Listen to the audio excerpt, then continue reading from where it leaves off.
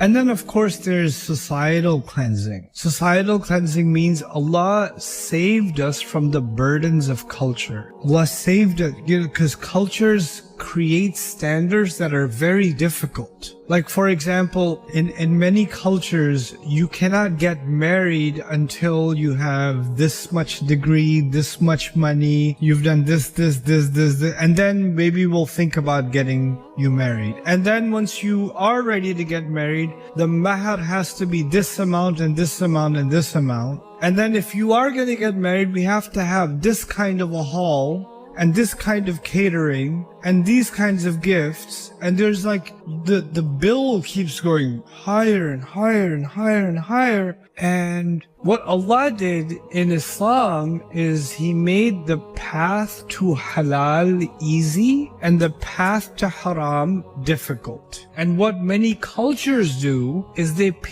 make the path to halal extremely what? Difficult. And when you make the path to halal difficult, automatically what becomes a lot easier? The haram becomes way easier. It's so much easier. So even at a societal level, what our religion did is actually prevent evil by making the thing that Allah is happy with, He makes that easier. But cultures make it difficult. And what's ironic to me is Muslim cultures make halal more difficult than even non-Muslim cultures. Muslim cultures make halal more difficult. And then we complain that the youth are going towards haram. And we don't even address the root causes of it. And all of these purifications are actually connected to each other. Let me just give you a quick example, because this is something you should really contemplate. Financial cleansing. If you get rid of financial corruption in a society, you know what that means? People can earn an honest living. Yes or no? He says, don't pay politicians to get your way.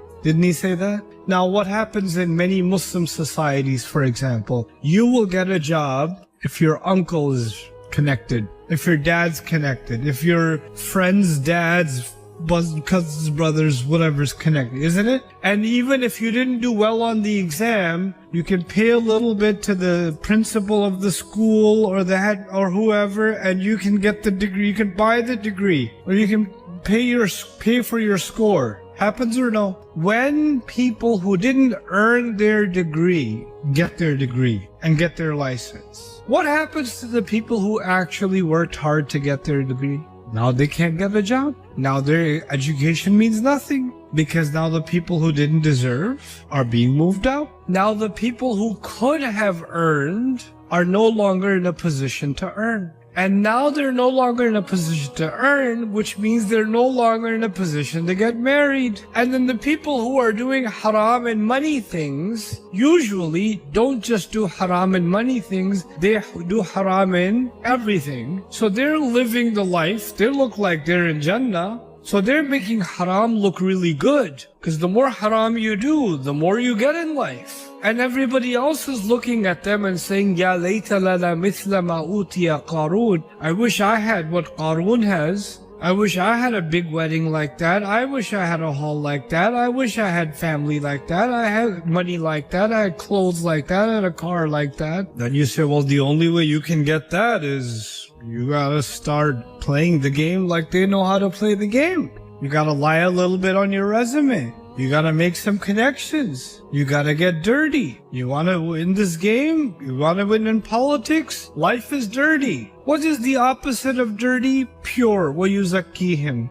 This is a very comprehensive statement, and which is why I wanted to talk to you at the bottom. Tazkiyah starts with something internal. Introductory tazkiyah is my thoughts are becoming cleaner. My opinions are becoming cleaner. My worldview is becoming cleaner. It's being detoxed from cultural imprints, from previous religious imprints. Those are now getting away. and I'm becoming cleansed in my thoughts by revelation. But there's deep tazkiyah. Let me give you the analogy. If you have an impurity on your skin, something like dirt, is that easy to wash or no? Yeah, that's easy to wash. But if you have an infection inside, is that easy to get rid of? No. The deeper an impurity is, the more painful it is to extract it. When a society has deep filth, when a family has deep filth, and then you start to cleanse yourself, then you have to go through painful surgery, which means the people that try to purify themselves, this is a very painful process. An easy example of that, just because I don't want to speak only abstract, I'm reminded of a young man I met him at a masjid